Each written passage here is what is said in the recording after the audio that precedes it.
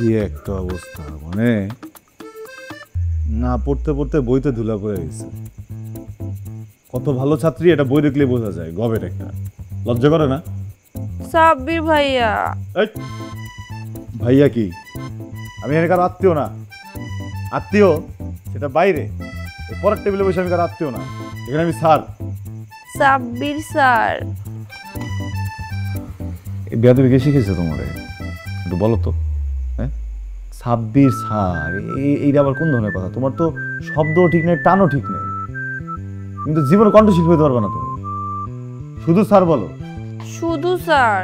কখন থেকে দাঁড়ায় আছি, মুরগিও এক পায়ে এতক্ষণ দাঁড়ায় থাকতে পারে না। এবার একটু বহি। বসো।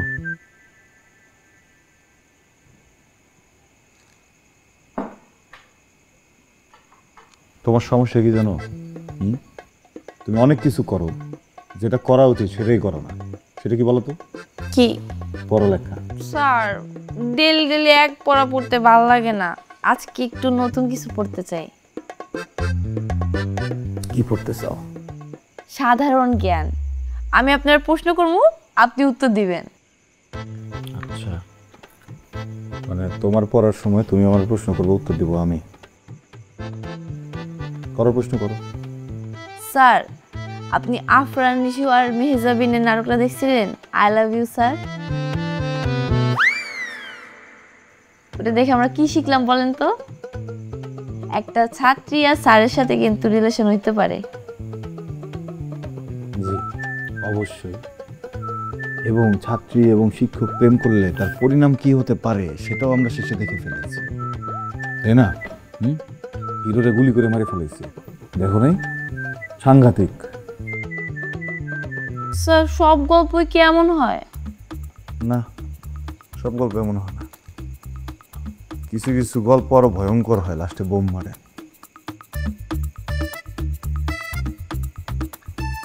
আচ্ছা ঠিক আছে, চলো আজকে তোমার নতুন কিছু পড়ে। খাতা দাও। নতুন খাতা? কেন, তোমার আগের খাতা কোথায়? শেষ।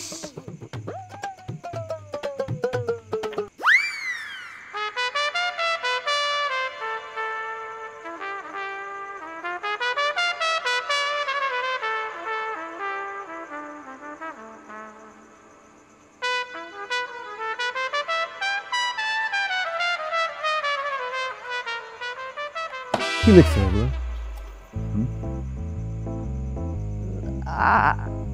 I love you sir. কি লিখছো? I love you sir. যাও দাঁড়াও। কোন পায়ে যেন দাঁড়াইছিলা? ডান পায়ে। বাম পায়ে দাঁড়াও, যাও। স্যার আমি আপনারে লিখি নাই স্যার, এটা একটা নাটকের নাম, আমি লিখছি আই লাভ ইউ স্যার। তুমি যে নাটকের নাম লিখছো এই জন্য আমি তোমার দাঁড়াইতে বলতেছি না। তুমি স্যার বানান কি লিখছো? SAR। SAR, sir. হ্যাঁ, যাও। স্যার বাম পায়ে। পরের বার লিখবা SHAAR, কি হয় বলতো? সার। যাও যাও স্যার প্লিজ স্যার। যাও যাও।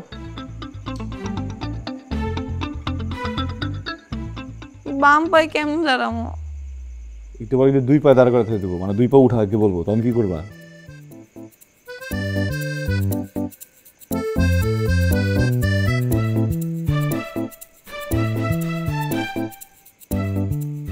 সাব্বির ভাইয়া, সরি স্যার। কোনা দাঁড়া দাঁড়ায় বলো। আমি একজন কলুষিত ছাত্রী। কলুষিত ছাত্রী।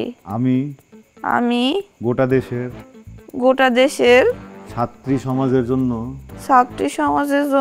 কলঙ্ক। বলো। কলঙ্ক। আমি কলুষিত।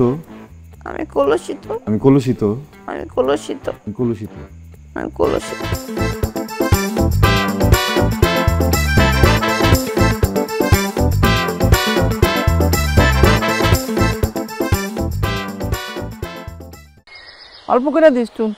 অল্পই দিতেছে আপা। নতুন একটা ব্যবসা শুরু করছি আপা, ওইখানে কিছু ইনভেস্টমেন্ট লাগবো। আমার কাছে তো অল্প আছেই, তবু তুই একটু দুলাবের কইস আমার কয়টা টাকা লোন দিবার লাগিয়া। এই তুই না 2 দিন আগে একটা ব্যবসা শুরু করলি, 1 মাস যাইতে না যাইতে শেষ। আপা, ব্যবসার মধ্যে লাভ লস আছে না? পৃথিবীতে এমন কোনো ব্যবসা আছে যে প্রথম মাসে একবারে লাভ আইসা পড়ে? আরে বাবা লাভ নাও, সাধারণ টাকা তো আর শেষ হয়ে যায় না হয়। তা কি ছিল আপনার করছিস, কি ব্যবসা করবি? আপা, গোবরের ব্যবসা। হ্যাঁ, গরুর গোবরের ব্যবসা? এক আর কিছু নাই, ঢাকা শহরে গরুর গোবরের যে ডিমান্ড তুমি চিন্তাই করতে পারবে না। গরুর গোস্তের চাইতে গরুর গোবরের দাম বেশি। আর আপা, এটা নিয়ে একটা ইউনিক চিন্তা ভাবনা করছি, এর আগে এই ব্যবসা কেউ করে নাই। আমি একমাত্র বাংলাদেশি যে প্রথম এই ব্যবসাটা আমি শুরু করতেছি। তাই? হ্যাঁ আপা। আসসালামু আলাইকুম। ওয়ালাইকুম আসসালাম। রাখছিলেন? কই আছিলা? জি আমি তো এই যে বাজারের মোড়ে আছিলাম, পত্রিকা পড়তেছিলাম। হইছে পেপার পড়া। ধরো এই টাকাটা দাও, হাটে যাইবা, যা কাটা টিন কিনে আনবা, ওই যে গোয়াল ঘরটা মেরামত করতে হইব।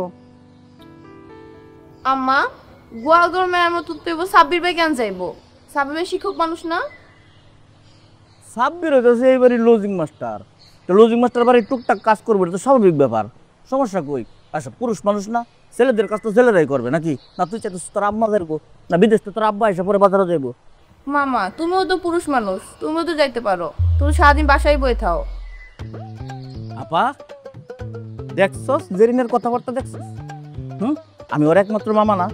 আর একমাত্র মামার সাথে সে ব্যবহারটা কি করলো? আচ্ছা সমস্যা নাই, আমি যাইতেছি, তো কঠিন কোনো কাম না। সাব্বাস, এই তো পুরুষ মানুষের মতো কথা। আপা, আচ্ছা তুমি এখন যাও। ওয়ালাইকুম সালাম। এই সেই লজিং মাস্টারের সামনে তোর মামা লগে এরকম কথা না কইলে হয় না? আম্মা, আমি তো ছাত্রী মানুষ সামনে শিক্ষককে এভাবে অপমান করে? অপমান কোথায় করলাম? ও তো বাড়ির পোলা, বাড়ির পোলায় যদি টুকটাক কাজ করে সমস্যা কোথায়? হ, কাজের বেলা বাড়ি পোলা, আর খাওয়ানোর বেলা ডাল আর অর্ধেক ডিম।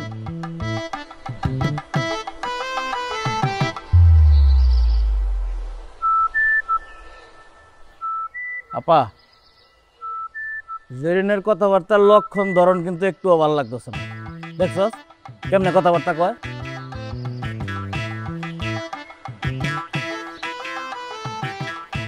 আপা,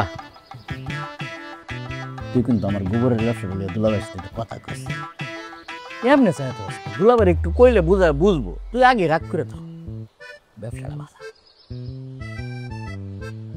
হায় রে দুনিয়া, গরুর গোবর, তারও আবার ব্যবসা।